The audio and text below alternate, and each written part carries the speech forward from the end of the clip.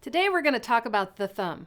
The thumb is the trickiest finger on the piano. It isn't shaped like the others, it doesn't move like the others, and if you don't learn how to use it correctly, it can cause all kinds of tension in your hand and arm. Today I'm going to show you how to understand the thumb's anatomy, how to move it the right way, and how to place it on the keys so that it actually works with you instead of against you. When we play the piano, the thumb isn't just another finger. It actually works in a very different way from the rest of the hand. To understand why it feels so tricky sometimes, it helps to think about what the thumb is built to do in everyday life.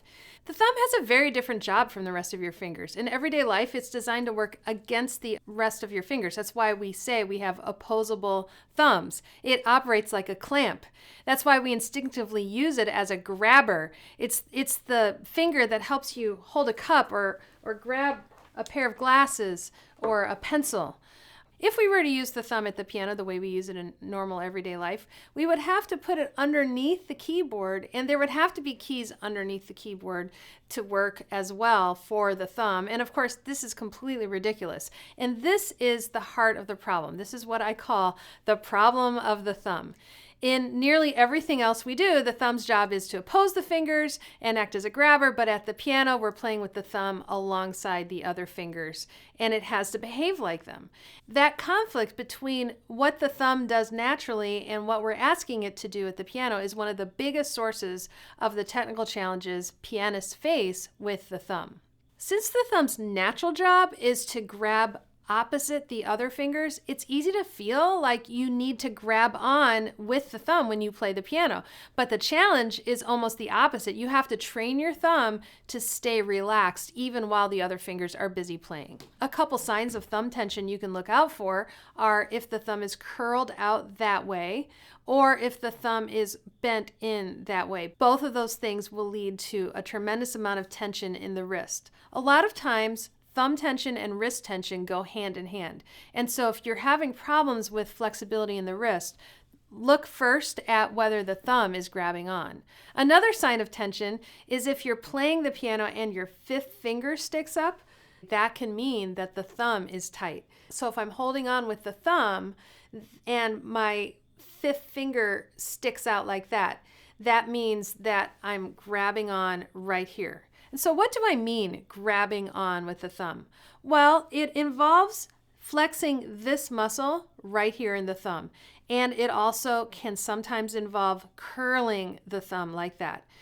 The way to counter that is to consciously release the thumb. You can even practice shaking out your hand. You can use the other hand to come around and see if the thumb muscle is flexed. If I press down with my thumb on the keys, I am conscious that I am relaxing once I hit the bottom of the key. And I can check that with the other hand because if my thumb is flexed, it will resist my other hand trying to lift it off the key. Another thing you can do is play the thumb and kind of jiggle your whole arm because that'll be a way to loosen up those muscles. Focus on releasing the thumb because that will help take you a long way toward more ease and relaxation in your wrist and arm when you play the piano. One of the issues that we have with the thumb comes from a common misunderstanding of the anatomy of the thumb. I'm going to show you what I mean by holding up my hand here. These knuckles here, you can see the first knuckle of the finger, which is this top piece of the finger, is analogous to this knuckle right here. So this is the top of the thumb. So this knuckle here, the second knuckle, is actually analogous to this knuckle on the thumb. And that means then this knuckle here, which is where the fingers are attached to the hand, this big knobbly one right here, is actually analogous to a knuckle that we can't see below our skin, and that is attached right here. So the thumb is actually attached at the base of the hand. So once you start to understand that, you can think of your thumb not as starting here, but as starting here, and that'll give you a lot more flexibility in the thumb. I want to do a little shout out to this book here, What Every Pianist Needs to Know About the Body by Thomas Mark. It's an amazingly thorough explanation of the anatomy of the body and how it relates to playing the piano. And what I think is extremely helpful is it talks about this concept of mapping, that by having an understanding of the way that your muscles and hands and tendons all work will help you then conceptualize how you move them when you play the piano. And this is a perfect example of a misunderstanding that can change how you move your thumb, because if I think my thumb is attached here, but it's actually attached here, I'm going to move my thumb differently and with more tension. Once we understand how the thumb is attached to the hand, then it becomes easier to understand how to move it at the piano. A lot of times I see students play the thumb from the arm every time they play. So for example, if I play a scale, it would look like this. Dropping there and dropping there. And we don't want to do that, because that means that every time we play the thumb, no matter where it is in whatever pattern or whatever piece we're playing, we're always dropping the wrist. We want to be able to move the thumb independently of the wrist dropping up and down. They need to be two completely different things. Sometimes when you play the thumb, you'll drop with the wrist. Sometimes you will not. It depends on the musical and technical context. We do not want to be in the habit of always having to drop just because we're playing the thumb. We want to play the thumb like a finger. And so you can think of where the thumb is attached to the hand. It's attached right here at the base of the hand. Therefore, I can practice moving my thumb from that knuckle, just like I move these fingers from this knuckle.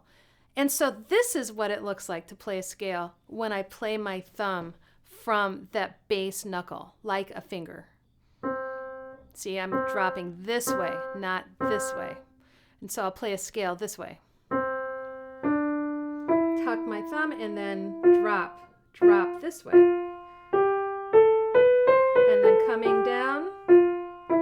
And as a result, my wrist can stay level as I play the whole scale, and I'm not dropping it just because I'm playing the thumb. Now, if this is a new idea to you, I want to share one quick exercise that you can try at home, and that is put your 3 fingers here, 2, 3, and 4, on the 3 black keys. But don't put them down, just rest them on that black key. And now, because it elevates our arms to be on those 3 black keys, just practice tapping your thumb on. So I have it on F sharp, G sharp, and A sharp. And then I can tap my thumb on the E. I can also play the thumb this way. So that is a way to practice. If you start to, and then you go like that, that's something you want to try to eliminate. You can use a mirror, or you can even take your phone and put it on the end of the piano and see if your wrist is dropping. That's what you're going to be looking for. The other thing you want to do when you hit the bottom of the key is release the pressure. You're going to put the key down. That does take a little bit of downward pressure, but the second you hit the bottom of the key, the note is finished. You're already done. Like, you cannot change the note or the sound or anything on the piano once the key is down. Therefore, you need to use that time to relax and not continue to press down into the key. That's something else you can practice in your own technical exercises. So if you play Hanon, practice playing it slowly and dropping just from these knuckles at the base of the hands. If you're playing scales, practice playing scales and dropping the fingers and the thumb from the base of the hand. Now let's look at another really important detail, which is where you actually play the thumb on the key. A common mistake I see is that people will often lie the whole thumb on the key like it's in a hammock or like it's resting in bed. Like I see people like going all the way down to there with the thumb. You can see that that the edge of the key is almost up to the base knuckle that we just talked about.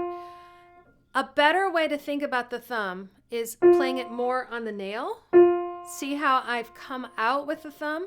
That gives me much more flexibility, and it allows my thumb to be a little bit more limber. And then the other thing to think about is the angle of the thumb. You want the thumb to come a little bit angled down instead of lying flat on the keys. There's this really great book called 20 Lessons in Keyboard Choreography by Seymour Bernstein, and he has a chapter about the thumb, and he talks about where to place it on the keys. And he talks about putting it on the nail, on the edge of the nail. So if you look at your fingernail and try to line up the edge of the key with the edge of the fingernail, with the bottom edge of the fingernail, then that'll be pretty good placement. Now, in terms of the black keys,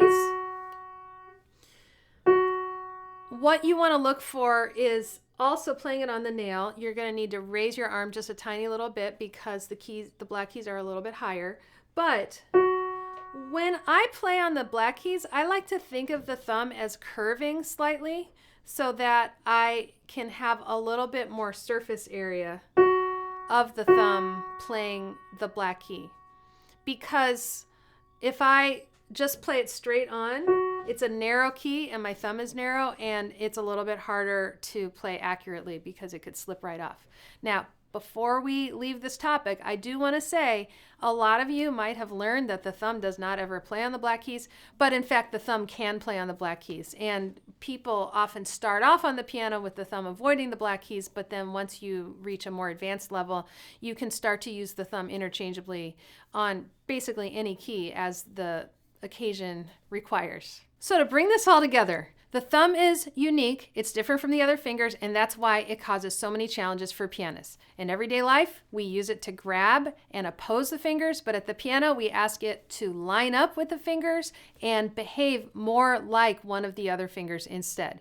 That change in how we use it is the root of the tension and technical problems that we have with the thumb. Once you understand the anatomy, where the thumb really moves from and where it is attached to the hand, it helps you map your motions better, and you can teach yourself to play from that base joint, and you can practice relaxing once you hit the bottom of the key. Once you combine all of that with a healthy hand position and really good placement on the keys, the thumb works smoothly with the rest of your fingers instead of fighting against them and creating a lot of tension all the way up your wrist and arm. If you have found that you play a passage and then at the end of the fast passage you kind of have to shake out your arm, then this is a sign that your thumb most likely is too tight.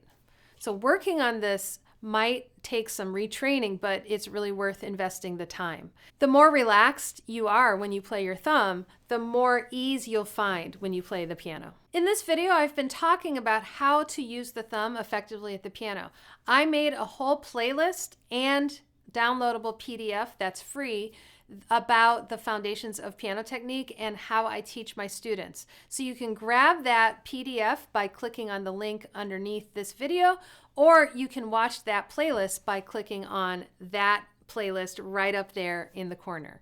I know I ask you in every single video to like and subscribe to my channel, but this is a key way that I can reach more viewers like you. So thank you so much for taking care of that little bit of housekeeping.